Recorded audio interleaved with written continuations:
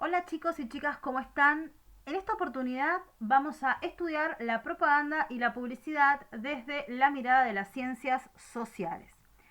El objetivo es que ustedes puedan identificar las características de cada una de estas formas de comunicación, que puedan distinguir las diferencias y las similitudes que presentan y logren analizarlas en diferentes contextos sociales, culturales e históricos. Es decir, su uso a lo largo de la historia y también cómo son utilizadas actualmente. Vamos a arrancar explicando qué es la propaganda. La palabra propaganda proviene de la palabra propagar y quiere decir algo que se quiere acrecentar, extender, perpetuar, difundir, divulgar de distintas maneras. La propaganda es una herramienta de comunicación. Y a diferencia de lo que tal vez muchos de nosotros creemos, no es una herramienta de comunicación que surgió recientemente, sino que es muy antigua. Hay registros de que ya en la antigüedad, bajo el antiguo imperio romano, por ejemplo, se utilizaba la propaganda para difundir algunas ideas, algunas propuestas y para acrecentar la imagen del emperador. También durante la Edad Media se utilizaba la propaganda, sobre todo de la mano del cristianismo, para fomentar la religión cristiana y generar una imagen negativa sobre otros credos, como por ejemplo el judaísmo o el islam. La propaganda como herramienta de comunicación apela a las masas, es decir, a un importante colectivo social. Tiene seleccionados distintos grupos sociales a los cuales dirigir su mensaje. Las propagandas persiguen distintos objetivos que están vinculados a la opinión, a divulgar una determinada creencia, una determinada ideología, una doctrina, ya sea política o religiosa, y por lo general son muy utilizadas por los partidos políticos, por ejemplo, o por movimientos de carácter religioso.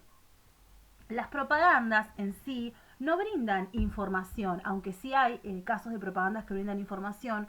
En términos generales, lo que ellos no buscan en sí es informar, sino buscan convencer, buscan persuadir a las personas para que se inclinen sobre una decisión o se inclinen sobre un pensamiento por encima de otro.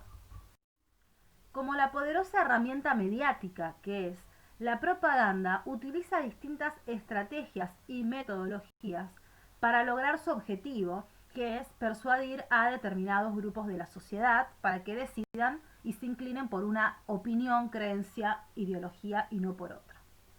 Las propagandas son subjetivas.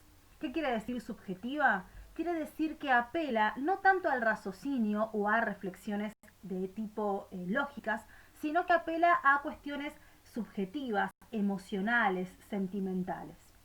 Y son parciales porque siempre se posicionan en un lugar claramente y en contraposición con otro pensamiento, idea, partido político, etcétera. Como un método de comunicación, la propaganda suele apelar a la carga emocional y afectiva. Intenta movilizar e incluso construye sentimientos de tipo colectivos, como por ejemplo los sentimientos patrióticos. Usa argumentos emocionales por encima de los argumentos racionales. Y es frecuente en determinados momentos que las propagandas inciten al odio, a la discriminación, al odio, por ejemplo, por cuestiones étnicas, por cuestiones de tipo políticos, religiosos. Esto fue muy utilizado durante las guerras mundiales, por ejemplo, o durante la última dictadura militar en nuestro país.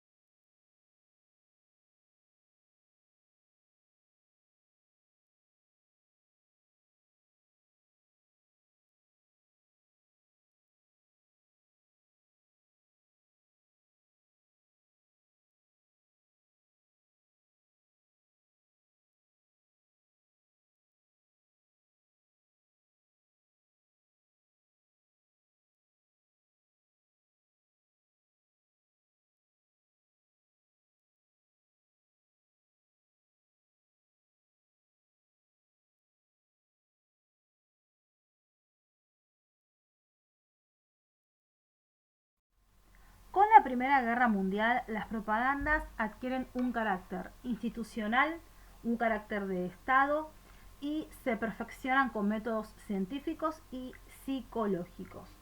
Como forma de comunicación, la propaganda busca claramente inducir a la toma de una posición, a posicionarse en una determinada causa, busca construir verdades, es decir, no significa que lo sean o no, se intentan instalar en el pensamiento colectivo, en el imaginario colectivo como tales. Las propagandas por lo general suelen ser selectivas y omitir información, es decir, no importa mentir o manipular la verdad para convencer a las personas. La idea es el convencimiento y la adhesión.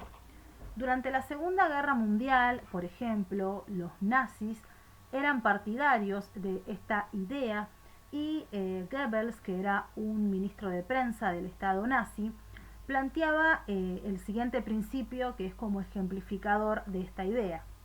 Una mentira repetida 1000 veces se transforma en una verdad. Con este criterio, si uno miente sistemáticamente sobre algo y esa mentira se instala durante mucho tiempo en distintos frentes, las personas se terminan convenciendo y eso es una verdad aunque no lo sea. Básicamente es una estrategia de manipulación que fue y es largamente utilizada para convencer y manipular a la ciudadanía y a la población. La propaganda y la política históricamente estuvieron muy vinculadas, justamente porque la política se sirve de la propaganda para generar una imagen, una opinión sobre un determinado partido político o construir una imagen sobre un determinado líder, al cual se le atribuyen características y cualidades positivas por encima de los contrincantes a los cuales tiende a demonizárselos, es decir, a mostrarlos de una manera muy negativa por lo general. La propaganda política adquiere el aspecto científico moderno que conocemos hoy en día durante la Primera Guerra Mundial, cuando en Estados Unidos Bernays, sobrino de Sigmund Freud, le agrega los componentes más psicológicos que antes tal vez no tenía, que justamente sirvió para que Estados Unidos en ese momento ingrese a la Primera Guerra Mundial recibiendo apoyo y consenso por parte de la población que en ese momento rechazaba esa intervención norteamericana.